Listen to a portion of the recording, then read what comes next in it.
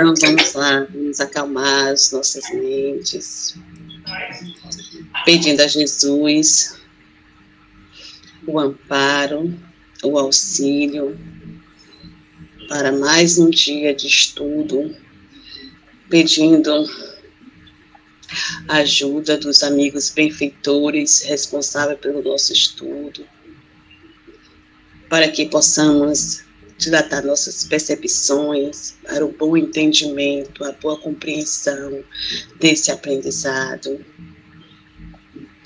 E pedindo, Jesus, a sua bênção, agradecendo por este momento, agradecendo por mais um dia, por todo o auxílio e proteção que tem nos dado.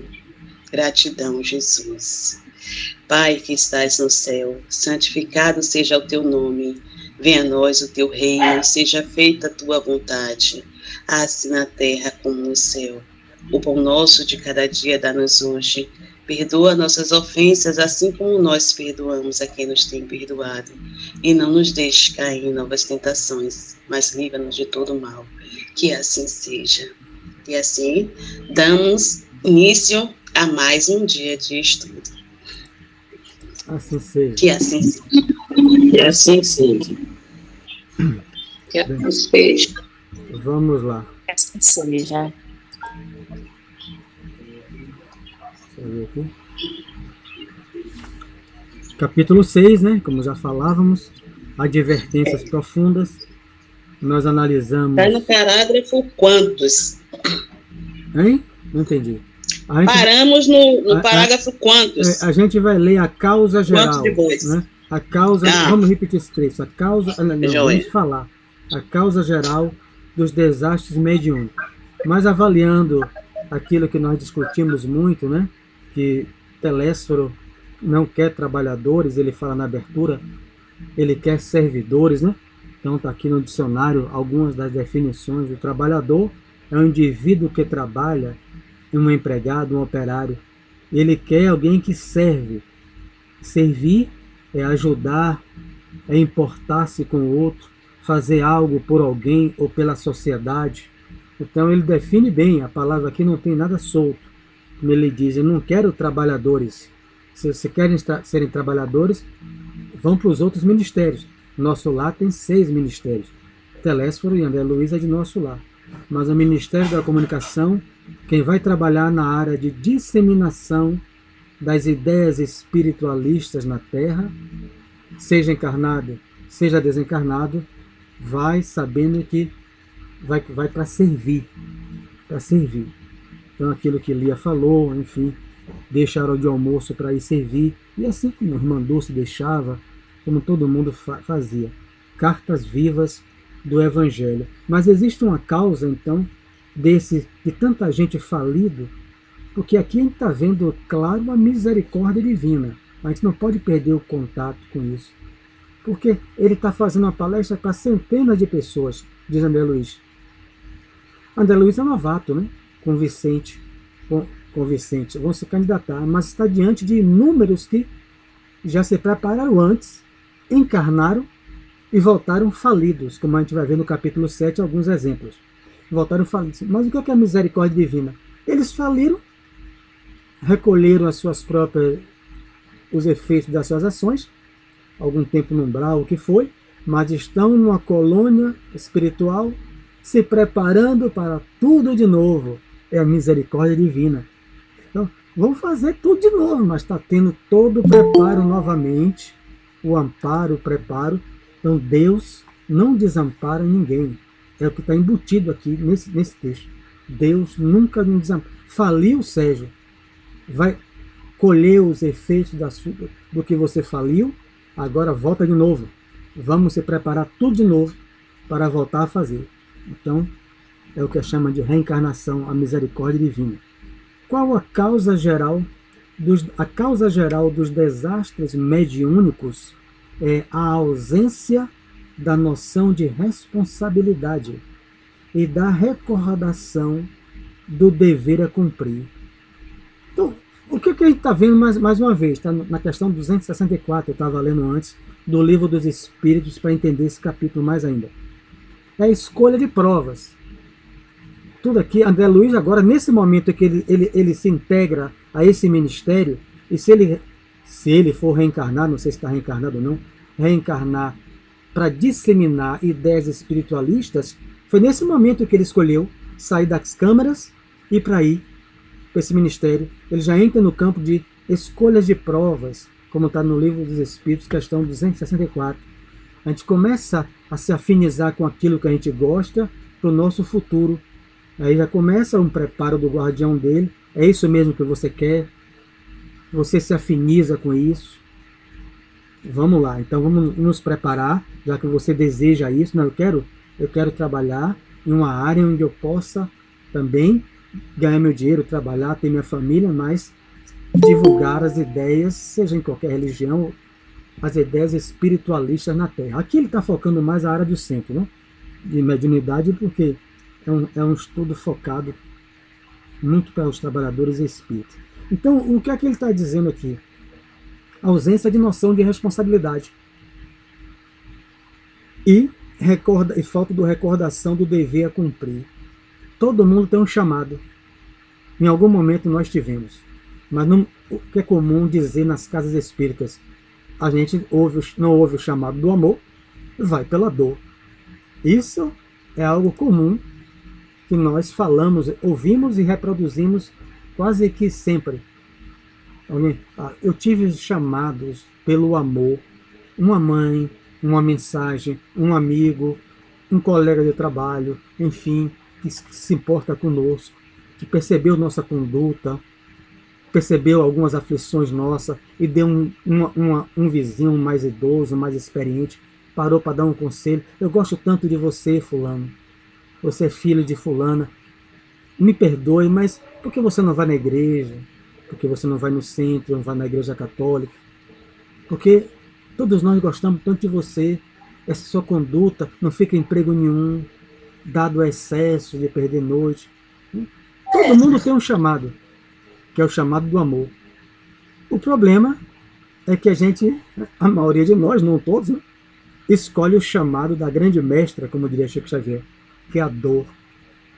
E André Luiz desenvolve isso em outra obra, né? Dor evolução, dor expiação e dor e outra dor lá. São 3 dores.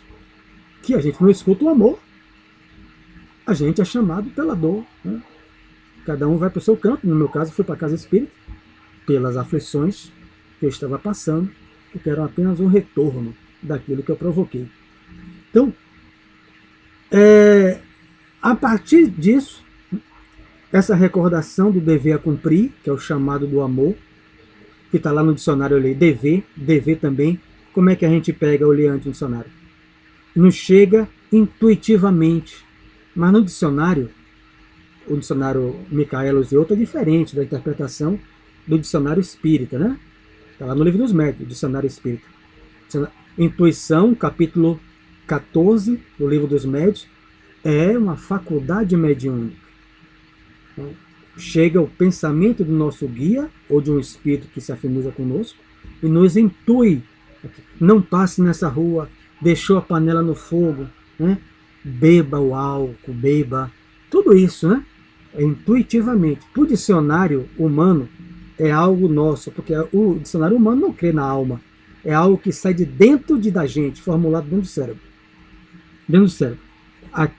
No espiritismo é muito mais do que isso.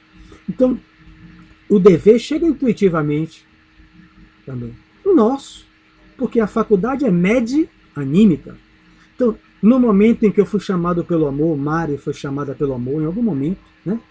E ela teve um desejo de, digamos assim, eu vou mudar de conduta nisso aqui, né? Comportamento, sem saber da vida dela, mas falando de mim mesmo, mudar de conduta intuitivamente. Eu tive o acréscimo de uma mãe, de um vizinho, de um amigo, de outro, que chegou por ele a mensagem, o conselho, a orientação para o cumprimento do dever.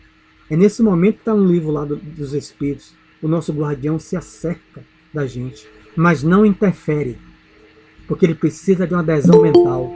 A gente não pode se perder disso, porque isso está a revelação do livro Nosso Lar. Nosso Lar está lá. Então o meu guardião, boa noite Marcelo, o guardião se acerca Ele aproveita aqueles elementos e me intui ao cumprimento do meu dever que eu me preparei no mundo espiritual. Mas ele não interfere, ele intercede, que é diferente. Interceder, a gente intercede por todo mundo, a gente ora, faz orações, são intercessórias. Mas interferir, não, porque o livre-arbítrio é lei. O único que interfere no livre-arbítrio a gente chama de espírito obsessor, porque ele quer dominar, predominar, impor o seu desejo, a sua ideia em nós. O espírito bom nunca, absolutamente nunca interfere no nosso livre-arbítrio. Revista Espírita, lá quando o garoto vai roubar, Kardec evoca, o guia está no lado. O primeiro roubo do jovem, ele vai entrar na mercearia, os donos estão dormindo em cima. Quando o espírito que está dando comunicação a Kardec, né, falando o ato, veio aquele espírito lirial flutuando em cima do jovem, intuindo ele, sem interferir. Boa noite, Elisângela, está no hospital. Sem interferir. 2 obsessores no lado.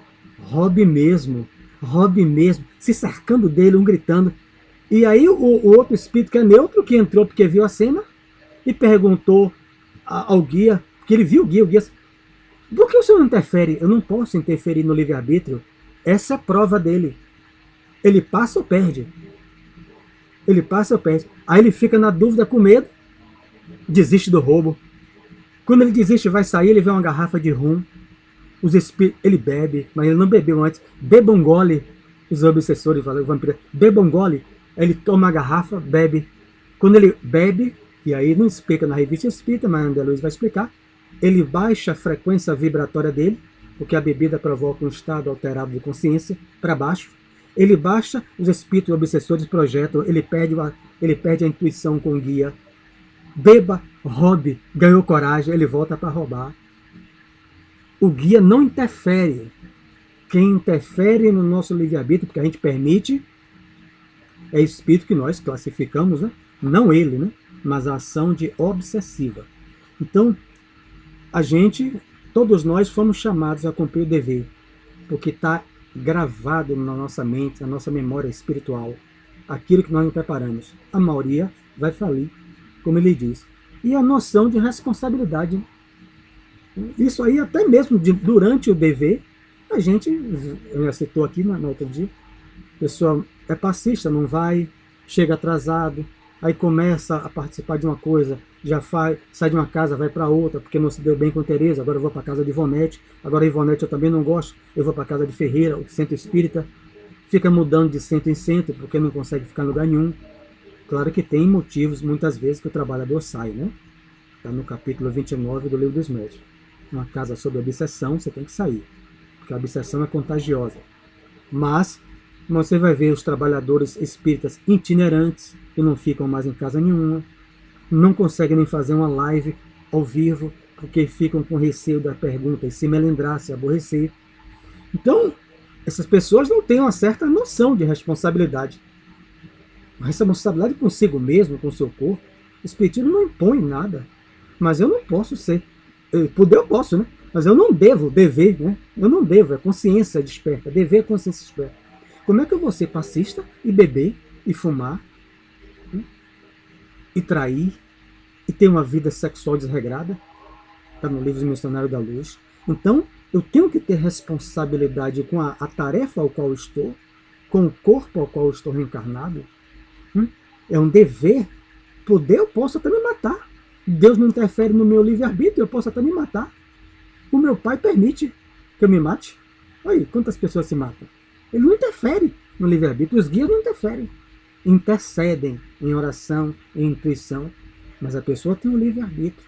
Mas quando você tem noção que é dever daquilo que você está, que é uma tomada de consciência, um despertar de consciência, eu não vou fazer isso não porque o guia vai me barrar, não porque os colegas vão me identificar e falar de mim, é porque eu tenho um dever como preservar a minha saúde orgânica, emocional, espiritual e com a obra ao qual estou. Aí o trabalhador avança. Quem não pensa isso, fale. Desastres na mediunidade. Verdadeiro desastre. Vou ler mais um parágrafo e abro para quem quiser.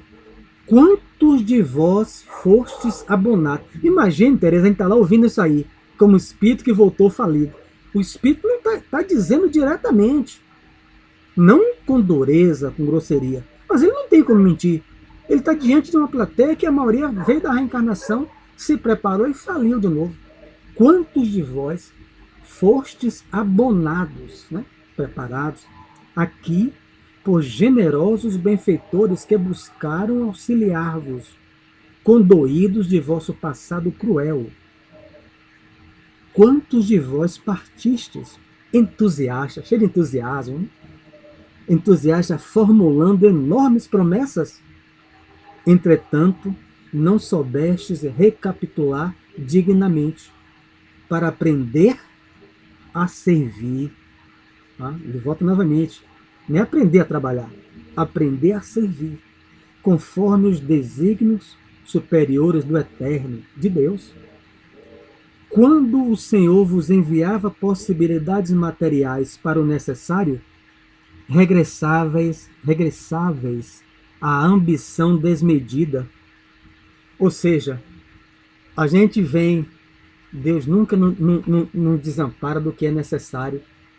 Livro dos Espíritos, capítulo supérfluo e necessário. Deus não desampara aquele que está debaixo da ponte, ele está no que é necessário para ele. É claro que existe a desigualdade social, que não é de Deus, também no Livro dos Espíritos. É por isso que tem que estudar a codificação primeiro, né? Eu não tenho como ficar remontando direto. Mas desigualdade de aptidão, sim. Mariane pode ter uma aptidão, porque se esforçou e estudou para trabalhar nessa e de outras encarnações, que dá a ela uma vida financeira muito superior à minha. Né? Desigualdade de aptidões. Mariane pode ser um espírito muito mais antigo do que eu, na sua jornada evolutiva, do que eu. Mas desigualdade social, quando Kardec pergunta, é do homem. O orgulho. Uns têm bilhões e outros não têm nada, morando debaixo da ponte. Não é de Deus. Aí é do homem.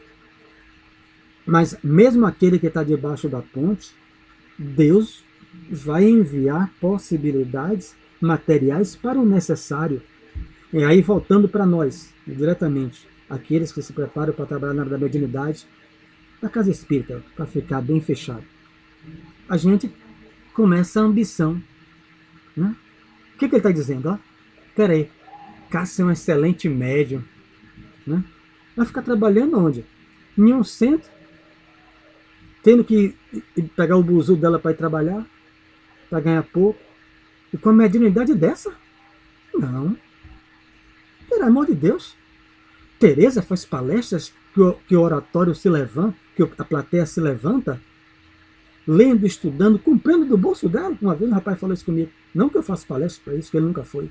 Mas ele perguntou por que eu não tinha uma moto, já falei aqui, um carro. Né? Como que eu ando com ele trabalhando, você não lhe dão dinheiro para comprar uma moto e um carro, não? Eu falei, quem dá? O público que lhe vê? Eu falei, graças a Deus, não. O público, tem um público que é mais duro do que eu. Então, como é que eu vou pagar? Quer dizer, a ideia dele, né, aprendeu assim, está no momento evolutivo. Deus sempre manda, mas o que não falta é mensagem na mediúnica e nos livros. Chico Xavier tem 2 aí. De gente que teve tudo, materialmente falando, para atender o que era necessário, mas ele quer o supérfluo.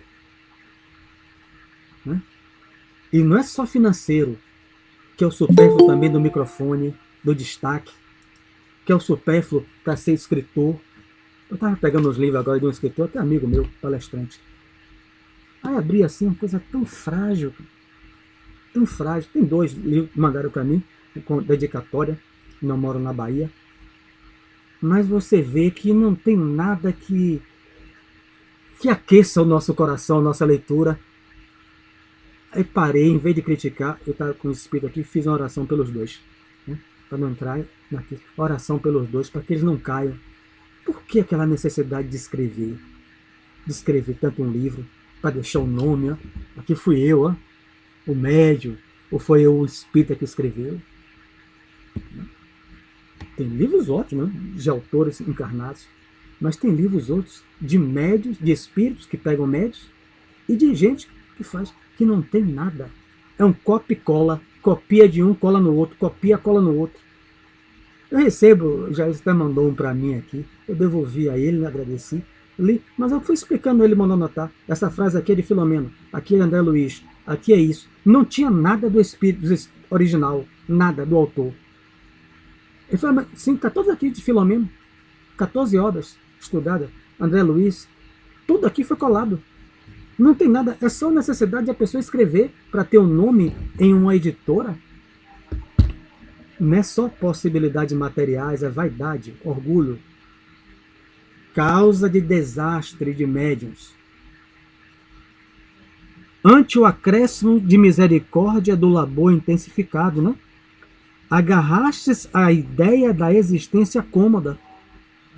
Então, na hora que o trabalho esquenta, Ivonete, o labor intensificado, a tarefa amplia, aumenta.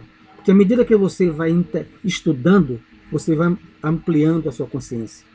Né? E vai tendo mais consciência desperta do dever a cumprir. E não existe felicidade sem cumprimento de dever. A gente está só cumprindo o nosso dever. Nós está vendo isso aqui. Se preparou. E aí começam os guias mandarem mais pessoas em aflições para buscar você. Mais coisa, mais coisa. O trabalho se intensifica. Se é palestrante, começa mais palestra. Enfim, todas as áreas, né? A pessoa pega, vai para o repouso, existência cômoda, abandona tudo. Ai! Madre de Deus mesmo, estava lá final de semana, aí a moça ligou do centro e disse assim, tá aí? Hoje? Tá na próxima semana? Eu falei, não, porque a gente só... porque palestrante faltando. Quando você vier para a Madre de Deus, me diga, porque o que mais falta aqui é palestrante que não vem mais. E aí você vem, é pertinho da casa, vem andando aqui e faz. Eu falei, não, se eu estiver aí, farei com toda gratidão pelo convite.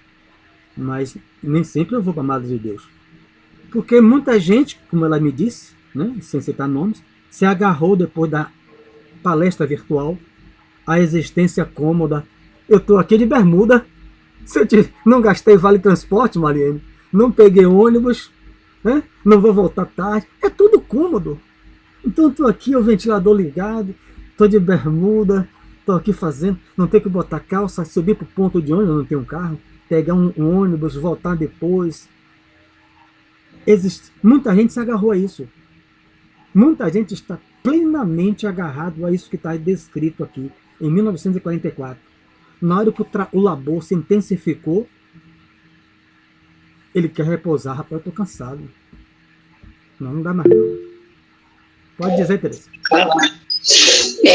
Você falou aí, é uma verdade, é uma dificuldade, né, que estamos atravessando.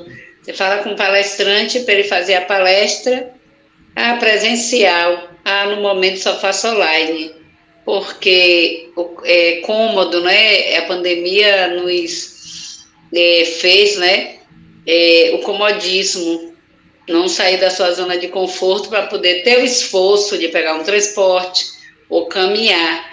Então, é mais fácil você abrir um computador e passar a mensagem do que você ir para o calor humano, né? Ver pessoas. O virtual é bom, a gente está aqui, mas você vê pessoas, você interage, troca ideias com mais facilidade do que numa live, né? Porque aqui o tempo é cronometrado e lá o tempo não é. Você pode fugir um pouco, não é? Depois da palestra, vocês têm um tempo para como é que diz? Para interagir mesmo, não é? E também é o que você falou, né? Qual é o objetivo? A gente vai ver nesse livro, como ele pergunta, qual é o objetivo de trazer espírito desencarnado para um centro, né? Não vou dar spoiler, mas a resposta vai estar aqui no meio do livro. Diga aí, Mariane.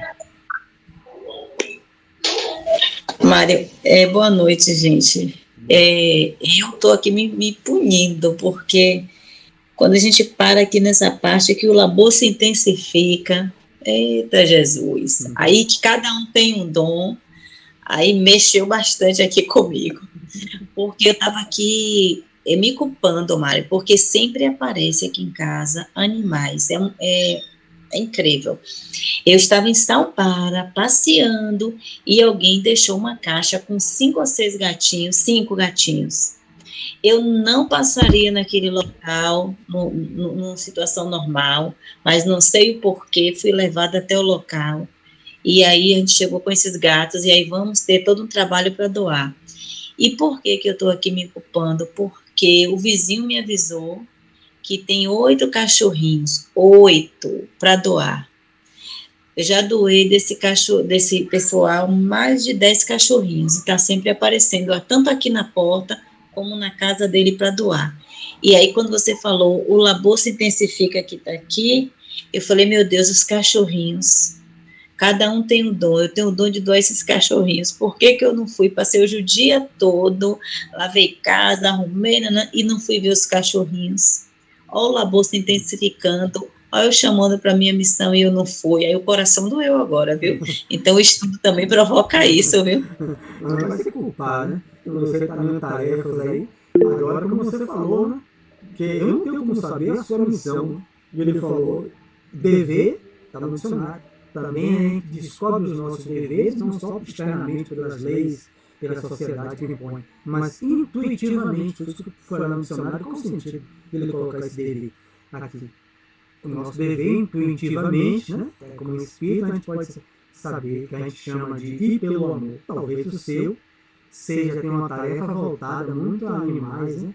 A doação de animais. Eu não tenho como saber disso. Só você mesmo com o seu guia, né? Se for, ele vai respeitar o seu livre-arbítrio, mas vai sempre intuir, né? Cada vez mais é você se enveredar nessa área. Diga, Karine. Mário, ainda completando o que Mariane falou também, né? Boa noite a todos.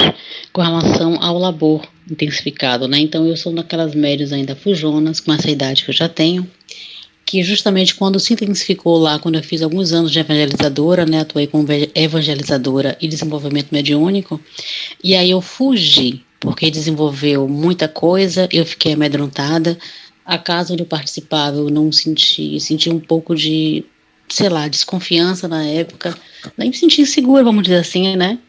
E aí se intensificaram, e o medo, eu era jovem, e aí veio, porque algumas situações eu me achava um pouco de louca, porque eu ouvia as coisas que ninguém via, eu estava ouvindo o que ninguém ouvia, fora as outras. Então assim, gosto, ajudo quando eu posso, já evangelizei, participei dos cursos, como o Mário sabe, da FEB e tal, mas assim, fujo.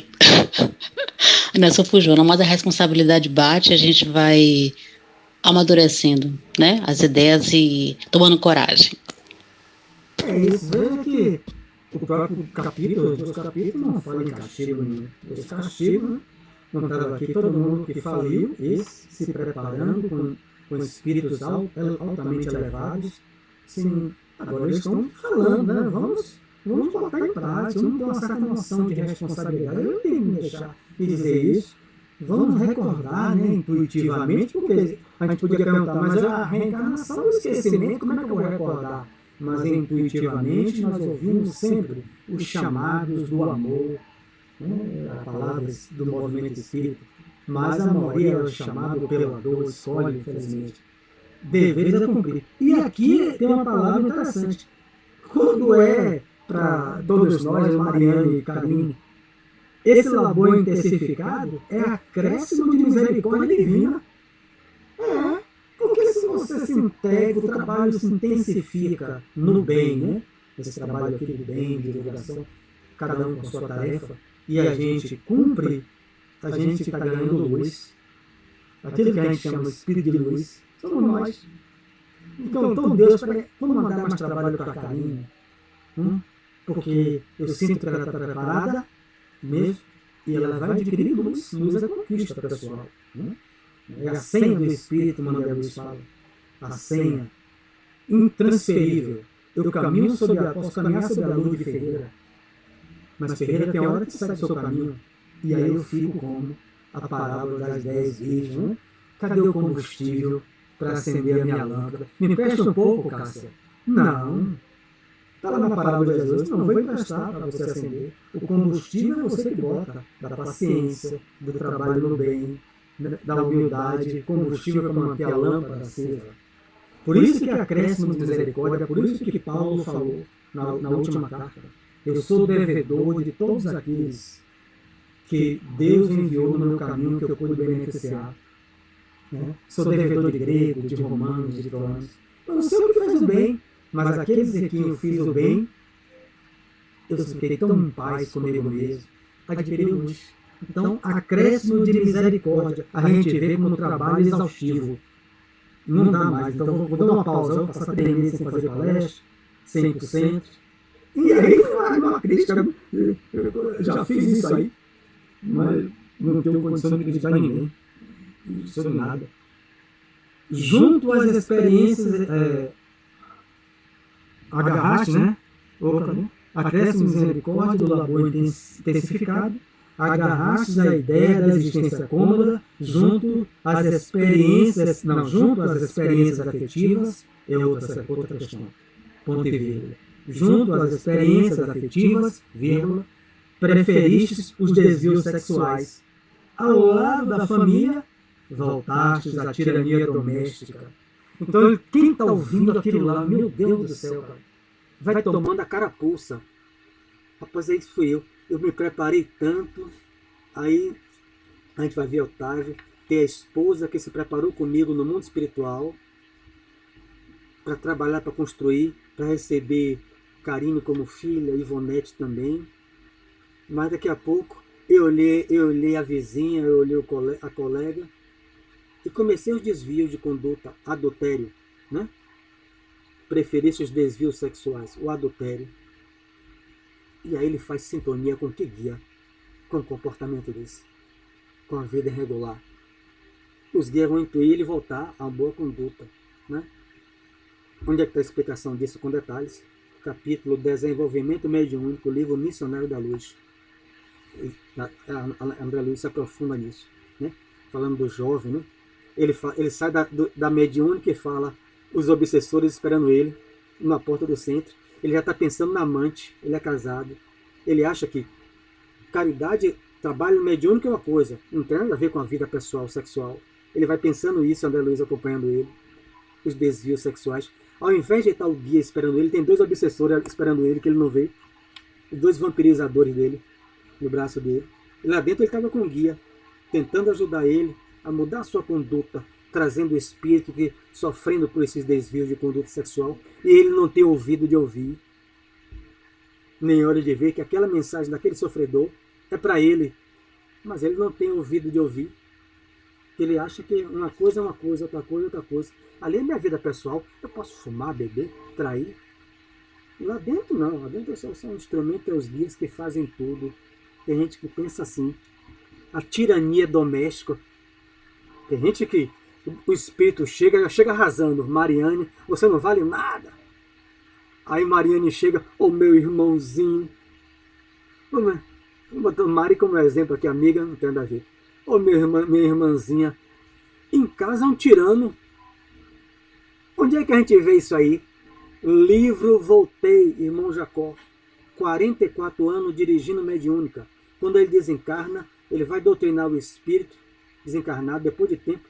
Você é o hipócrita, velho Jacó. Quantas vezes os teus guias me permitiram acompanhar você depois da mediúnica?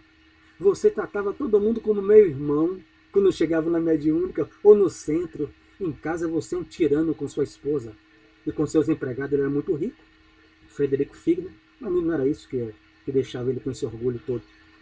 Eu acompanhava e ficava pasmo com a sua tirania doméstica. E lá dentro todo mundo é irmão. Chegou um sofredor, ô Ivonete, seja bem-vinda, minha irmã. Aqui é uma casa de Deus, com sua mulher e seu empregado e seus filhos, não podia abrir a boca. A televisão, o canal, quem bota sou eu. E quem paga a energia sou eu. Eu só assisto esse canal. Estou exagerando ou tem gente que age assim? Né? Com certeza, Mário. Eu acho que a gente tem que se perceber em tudo, no trato com o outro que está atendendo a gente. Quantas vezes a gente chega numa clínica e as pessoas estão lá humilhando a atendente que está ali na frente indiretamente? Eu acho que é uma reflexão muito válida para a gente, nos mínimos detalhes. Como a gente já comentou outras vezes aqui, no bom dia que eu dou para alguém, independente de conhecer ou não, nas gentilezas que a gente faz. Eu experimentei de dar bom dia e de abrir um largo sorriso e tenho recebido coisas maravilhosas de retribuição. É até uma mensagem que acho que alguém colocou no grupo de Divaldo, quando ele fala que a vida ela é exímia cobradora, né? e que ela devolve tudo aquilo que a gente manda. Então, nessa pequena ação, que não tenha nada de excepcional, apenas uma mudança de postura, eu consigo perceber quantas vezes uma situação pode dar difícil, vai ser uma situação complicada, e você abre um sorriso para a pessoa, você cumprimenta primeiro, tem um cuidado, e parece que ameniza aquela conversa, suaviza, o outro consegue te ouvir melhor. Eu acho que o respeito, essa consideração cabe muito, e a gente que vem aprendendo da doutrina espírita. Catarina quer falar, gente, minha filha, você quer falar? Pronto, pode, Mário. Tô tranquilo. Isso aqui, minha irmã. Tá aqui, eu estou tentando falar e ela sinalizando, chego perdendo a concentração. Fale, minha irmã. Boa noite. Boa noite. Boa. Eu acho que meio que falta uma parte de empatia nas pessoas, que às vezes não é nem culpa dela, é porque ela tá num dia ruim e ela acaba tratando os outros ruim e acaba esquecendo aquela parte, que a outra pessoa que tá ali também é uma pessoa, ela também pode estar passando por um dia ruim. Eu acho que essa parte que tá realmente faltando no dia de hoje, e de como as pessoas às vezes estão tão centradas nelas que elas acabam esquecendo de como é que tá outra pessoa e não tem aquele cuidado na hora de amenizar ou falar. Obrigada, minha irmã. Isso mesmo, a empatia, esse cuidado, né? Menina, você agora foi perfeita, viu? Porque a gente sempre esquece esse lado. Que intuição, viu? É isso aí. Tá vendo aí que estamos muito bem acompanhados, né? De encarnados e desencarnados. E ele continua, a advertência, é um desabafo, uma advertência, e aos interesses da vida eterna, que é a proposta que esse grupo se preparou aqui, disseminação das ideias espiritualistas na Terra, aos interesses da vida eterna, sobrepusestes as sugestões inferiores da preguiça e da vaidade. Então ele reforça aquilo, aos interesses da vida eterna, um evangelho no lar, 20 minutos, meia hora, conforme o tamanho da família, conforme coisa. Tem espírita, não vou citar outras pessoas e outros créditos, espíritas que não fazem, né? Não fazem. Ah, mas não tem apoio de ninguém. Não tem. Sim, você não está acompanhado com seus irmãos espíritos, mas isso é muito trabalho. É muita. Está lá no livro Voltei, né? O livro Voltei, Jacó, 44 anos. Esses livros a gente deve a ele. Porque ninguém editava livro espírita. Quando ele era rico, ele construiu uma editora. Quando ele viu a sua empregada ser curada, ele não acreditava nisso, era judeu. Mas quando ele entra, ele constrói uma editora, porque os padres não permitiam que se editasse livros espíritos. Está lá. Então ele constrói a editora, ele era rico, financiava Silvio Santos, o programa Silvio Santos sempre agradecia a ele. Então ele constrói a primeira editora, que não é mais essa, editora espírita no Brasil. Ele constrói e dá. A casa dele, o enterro dele, o velório foi dele de casa. O que é que está lá no livro quando ele se assusta? A casa dele era frequentada por espíritos zombeteiros, né? Foi para o enterro dele. Ele falou, aí o que é que o guia dele, Andrade, fala? Lembra-se, Jacó, você falou que era excesso implantar o evangelho em sua casa. Porque suas filhas e sua mulher não gostavam. Mas você dirigia, mas você achou que aquilo era excesso. Podia ser até um fanatismo. Algum amigo de trabalho do condomínio, morava, se fosse hoje no Alphaville, homem muito rico, chega lá você fazendo uma leitura sozinho. Por isso que sua casa é frequentada por espíritos obsessores. Ele vê os espíritos lá.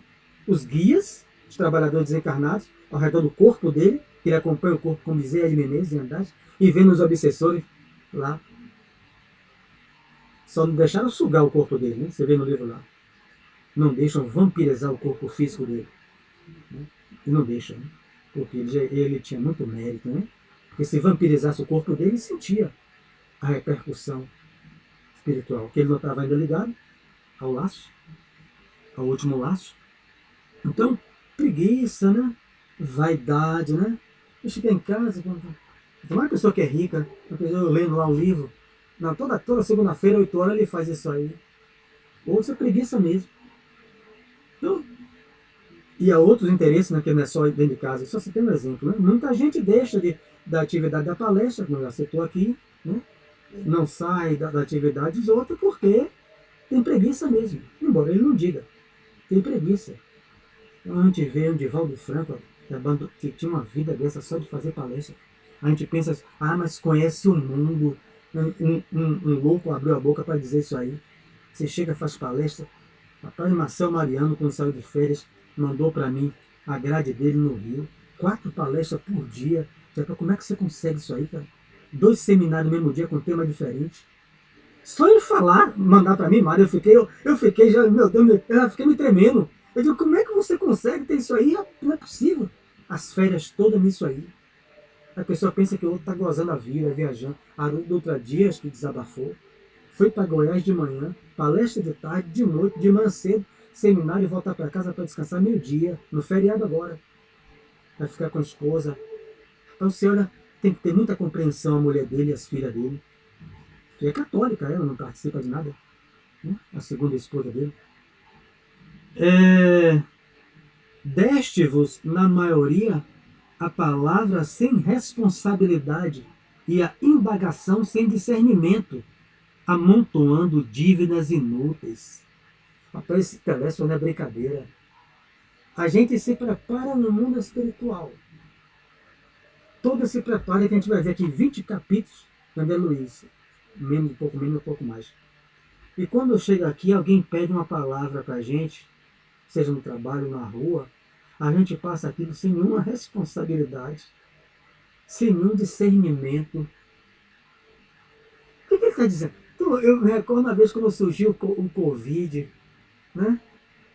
E aquela bomba que explodiu, né? No início mesmo, as pessoas morrendo, 1000 por dia na Itália e tudo mais. A colega se tremendo lá na escola.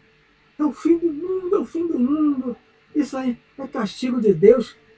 Eu falei, rapaz, a mudança a mudança de era mesmo. Mas eu falei no viés espírita. A pessoa não conhece o que é isso. E ela veio para mim porque sabia que eu era espírita, né?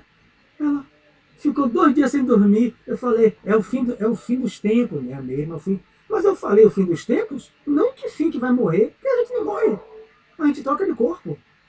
A Terra vai se acabar, é óbvio. O planeta. A gente vai para outros. Mas eu falei, depois que eu me toquei, a mulher ficou bem sem dormir. Para eu desfazer o que eu criei na mente dela. Mas você é espírito. Até o espírito diz, é o fim dos tempos. Ela se temia mesmo. Eu digo, não, vamos, pelo amor de Deus, né? Eu sentava com ela, eu vou corrigir isso aí. Falei sem discernimento. Não discernir. A palavra cria na mente do outro, na emoção do outro, o quê? O que eu criei? Eu criei pânico, terror. Se aquela mulher se mata, eu me enlacei com ela. Me endividei com as leis e me lancei no seu destino como espírito, nós dois, porque foi eu que a contribuí com a palavra sem responsabilidade, indagação, perguntar. Quanto a gente vê isso sem discernimento? Indagar as coisas sem discernimento. A gente passa na TV, Ferreira me atenta muito a isso. E hoje mesmo, lá no centro, a gente estava organizando as coisas, eu, ele e Itamar, do centro, hoje de manhã. E Ferreira me atentava sobre isso, né? Passar a ver uma coisa, um programa na TV, não vou citar o que ele falou, mas vi na TV, se eu pudesse, um desse aí merece a pena de morte. Não é não, Ferreira? Não é? Quer dizer, como é que vai esperar que eu faça isso? Essa indagação. Ferreira, para aí, Ferreira, que essa pessoa fez com a criança, que a gente se choca, né? Se parar para ir nesses jornais, a gente fica chocado o dia inteiro. Mas ele choca a nossa indignação. Como é que pode uma coisa dessa, Ferreira? Ferreira vai dizer, Sérgio, você não tem mais motivo para me indagar isso. É natural que isso chame a atenção, já que a gente passou e ouviu, né? A gente não vai ficar feliz, um pedófilo, um assassinato, um suicídio, uma coisa. Mas você fazendo... Como é que Deus permite isso? Como é que eu posso fazer uma pergunta dessa a Ferreira, a Tereza, a Mari? Como é que Deus permitiu isso? Eu não devo mais. É uma indagação sem discernimento. Eu como espírita, como o Papa Bento XVI, visitando o Auschwitz, campo de concentração, ele faz a pergunta, onde estava Deus que permitiu isso? Ele não deveria fazer isso, porque ele faz o quê? Uma dúvida na existência da justiça de Deus, um desatributo de Deus, ele que é o Papa. Então Deus foi dormir e deixou Hitler levar todo mundo para o campo de concentração. Aí veio o rabino judeu, fala, tenho a certeza de que nenhum de nós, judeus, sofreu à toa. Algo fizemos no passado. Ele é da Cabala, reencarnacionista. Eu não sei o porquê. O pessoal foi contra ele, os próprios judeus. Mas ele falou, nós fizemos algo para que Jeová permitisse isso. 6 milhões de judeus mortos. Então são indagações que ele está dizendo que nós, mantendo o nosso estudo, a gente vai tendo certo discernimento. A gente vai tendo certo discernimento. Não é que eu faça perguntas, né? Estou falando essas perguntas assim. Como é que pode, Ferreira, Deus permitir isso? Deus não interfere no livre-arbítrio. Judas, 2 vezes Jesus intercedeu para que Judas despertasse o dever a cumprir. Um entre aqui vai me trair, mas Jesus não vai interferir no livre-arbítrio dele. Espera a adesão mental. Depois, quando Judas chega, aqui vem, amigo. Emmanuel escreve 2 mensagens só para isso aí. Aqui vens, amigo, para que Judas caísse em si, despertasse a consciência. Eu não posso trair meu amigo. Não, poder eu posso. Eu não devo, porque está dever. Dever é consciência desperta. Eu não devo trair o meu amigo. 2 vezes Jesus ajuda ele. Mesmo assim ele cai. Espírito elevado não interfere no meu livre-arbítrio. É por isso que há suicídio. Eles intercedem. Livro Nosso Lar. Pergunta de André Clarencio, explicando André Luiz. Sua mãe esteve 8 anos com você no umbral. Esteve antes. Intercedendo por você. Assim como ela intercede pelo seu pai Laerte nas trevas. Ela não pode interferir. Esperava a adesão mental. É por isso que Simari faz uma prece para alguém sofrida. A prece dela é uma prece intercessória. Mensagem de Emmanuel. Chegou nos círculos intercessórios. Círculos intercessórios. Toda prece ele chama Deus escuta. Os espíritos vão saber, vão buscar ajudar, mas não vão interferir. Aquela pessoa que Mariene orou não está nem aí. Embora Mariene está vendo que ele está descendo a ladeira sem freio moral, mas não está nem aí. A prece de Mariene é válida, mas é necessário que ele faça a adesão mental, queira sair, frear, não vou descer mais a ladeira. É por isso que o Espiritismo não tem casa cheia, porque ele não inventa, não diz que vai ter milagre. Eu não quero, mas Mari vai fazer eu me mudar, minha vida melhorar. Precisa de uma adesão mental. O livro Nosso Lar explica isso de maneira clara para todos nós. Ok, então nossos 10 minutos finais. Paramos aonde? Vou ler só o restinho aqui, né? O último pedacinho. Cadê? Como médiuns, amontoando atividades inúteis, né? Eu já citei. Como médiuns, muito de vós preferieis a inconsciência de vós mesmos. Como doutrinadores, formuláveis conceitos para exportação, jamais para uso próprio. Então ele fecha logo direto. Eu quero ser... Você pergunta ao médium, Cássia, depois, de uma comunicação que deu. Eu não me lembro de nada, viu? Não me lembro de nada. 2%. Outro dia, Ivan citou ele, Edgar Armand. É o único que eu sei que fez pesquisa sobre isso. De cada 100 médios, 90 são inconscientes, como eu. 10 é semiconsciente e inconsciente. Menos de 2% é inconsciente. Edgar Armand faz uma pesquisa no Rio de Janeiro sobre isso. A maioria é consciente, o espírito dita. Mas ele quer ficar. Eu quero ser inconsciente. Por quê? Porque aquilo que o espírito Yara vaza por mim, Oswaldo, Firmino e outros, quando o doutrinador vai analisar, eu não me lembro de nada. Né? Aquilo nunca é para mim. É sempre para Barreto, para Ferreira, para Ivonete. É sempre para o outro. Eu prefiro ser inconsciente. Não, eu quero ser consciente. Aliás, a palavra que Marcel Mariano disse isso no estudo, numa quinta-feira, estava eu e Barreto. Marcel falou, graças a Deus que eu sou médio consciente. Porque o que Marta fala, primeiro quem escuta sou eu. Aquilo é para mim. É para mim. Mas muita gente se escusa nisso. Aí é espírito sofredor, medo, batendo os braços, querendo quebrar tudo. Eu sou inconsciente, viu? Não, você não estuda a doutrina, não tem controle de sua faculdade e está se desculpando em algo que você não é médio inconsciente. Claro que ninguém diz assim, porque se disser assim, você não termina nem de falar, o médio já foi embora, abandonou, porque ele acha que o guia precisa dele. O guia precisa dele. Ele se preparou porque o guia precisa dele. Então ele vira as costas e vai embora. Se Melinda vai embora. Então ele se desculpa nisso. E o doutrinador, como já citei o irmão Jacó, seja bem-vindo, meu irmão, ou meu irmãozinho, em casa não tirando. Então ele só formulava conceitos para exportação, não para ele, para importação, trazer para o seu íntimo, para a sua conduta. Era só para exportar para o outro. E trazer para mim, para mudar meu comportamento, minha conduta moral, para uso próprio. Né? É aquilo também que ela falou da rua, Mariane. Você chega no trabalho, vê o doutrinador, um pedaço de cavalo. Mas você não chama todo mundo de irmãozinho? No centro?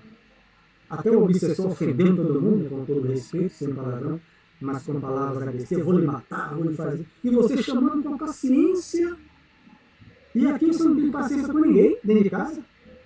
Que a televisão tem que estar no teu canal, que quem paga a luz é você. A comida de hoje não é do filho, é a minha, porque foi eu que pago. Um tirano doméstico, né? Nunca pega uma vassoura para contribuir com a mulher. É um tirano. Nós estamos sendo observados. Está no livro Voltou e outros livros. Os guias permitem. Que é para melhorar a gente. E a gente vai ouvir isso. Então a gente encerra aqui. Lembrando que hoje é segunda, né? Só sexta. Tereza tem a tarefa dela que voltou. Então é algo. Imagina os médios inconscientes que estavam lá ouvindo isso. Que nunca buscaram saber que aquela mensagem, o conteúdo era para mim, para eu melhorar a minha conduta, para o meu uso próprio. Mas eu achei que sempre que era para Tereza, era sempre para a Karine que estava ouvindo. E estão ouvindo agora diretamente do mentor. Nós falamos para você. Diga, Se aproveita vamos dizer, da faculdade, se escondendo para não ter a responsabilidade de ouvir aquilo que vai melhorar, né? Lhe acrescentar. Então é melhor. Então é melhor ser inconsciente, não lembro de nada e pronto, acabou. Chico tinha os três graus. No que ele mais utilizava, o espírito utilizava, era mecânico. O cara chama mecânico, ok? O movimento espírita chama inconsciente. Mas ele nunca deixou de dizer que ele, como espírito, ele ouvia. Agora, quando ele volta, sai do trânsito, ele não se recordava. E a mão sempre dizia, tudo está sendo gravado em você. Porque você está acompanhando. O espírito está utilizando o seu aparelho orgânico. Por isso que escreve igual, tudo igual. Mas você está registrando aí no lado, tá? Porque é para você. Agora, quando você voltar para o corpo, você não se lembra. Diga, Cássia. Abra o microfone. Abra o microfone. Oh, desculpa. Eu não sei se tem a ver com o que estamos falando, mas é que já tem umas 2 semanas que eu estou querendo saber essa resposta. É assim, eu presenciei uma comunicação, a médium, ela deu a comunicação de um espírito amigo, né, um benfeitor. E aí, esse espírito, ele chegou no ambiente, ele deu passe em todo mundo, inclusive em uma grávida, ele deu magnetismo e tudo. E aí, depois ele deu passe em todos que estavam ali, mais ou menos umas 7, 8 pessoas, mais ou menos. E aí, quando ele finalizou, ele simplesmente sentou e alguém teve que dar passe nele, na médium. Aí eu fiquei assim, quer dizer, aí ficou a interrogação, né? Que tipo de espírito é esse? É realmente um benfeitor, um espírito, né, com uma elevação acima e que veio realmente para ajudar bom. Todos a... Aí tem que ver como estava no ambiente, conforme a energia que ele irradiou. Primeiro, se a energia fez bem às pessoas, vem de um espírito com boa intenção. Bom, mas aí fica claro que é um espírito bom sem sabedoria. O livro dos espíritos convida ele a estudar. Convida, está lá no livro dos espíritos. Qual é o primeiro degrau dos espíritos bons? Benevolência sem sabedoria. Primeiro que ele utiliza o médium para aplicar o transe, ele não precisava. Mas às vezes ele vem de anos de prática assim, da transmissão. E segundo que o médium, depois que ele sai do transe, se eu espero isso, o médium pede o passe, falta de estudo. No espírito desencarnado, falta de estudo médico. Convida os dois para o estudo. Convida os dois. Agora, a energia, como é que eu vou saber? Não estava lá. Se a energia for boa, transmitida, é um espírito bom, mas não tem sabedoria, conhecimento. Cabe ao grupo convidá-los com carinho e ele aceita ou não. Né? Se o médico se melindrar e o espírito se melindrar, é um espírito embusteiro. Se a energia for negativa, é um espírito enganador. Né? Todo mundo vai dizer. E aí ele não vem mais. Não vem, eu vou expor isso aí no grupo para poder realmente saber, né? Porque eu fiquei com essa dúvida. Então, não sei se os outros também eu tive que responder rápido. Cada 2 minutos eu vou fazer a pressa. Mas depois, qualquer coisa, se vier mais algo na minha cabeça, eu coloco no grupo lá. Viu? Porque senão a gente encerra a pressa. Vamos lá, fazer nossa pressa. Obrigada. Agradecer a presença do trabalhador de Deus. Mas hoje compreendemos que ele não é apenas o trabalhador de Deus, é o grande servidor de Deus, nosso Senhor Jesus Cristo. Aquele que nos ajudou e nos ajuda todos os dias a melhorar os nossos sentimentos, para melhor nos conduzirmos na encarnação e fora dela. Agradecemos, Senhor Jesus, a presença dos amigos espirituais que amorosamente saem dos seus inúmeros quefazeres para nos intuir, nos amparar, nos proteger e ajudar aqueles que ainda encontram-se em aflições. Muitos desses parentes nossos, vizinhos nossos, que gravitam ao redor desses estudos. Muito obrigado, sinceramente, pela confiança que deposita em todos nós, compreendendo as nossas imperfeições, mas mesmo assim, os senhores estão conosco.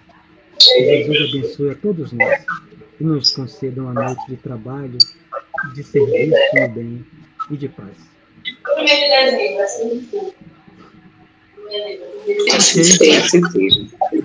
assim seja.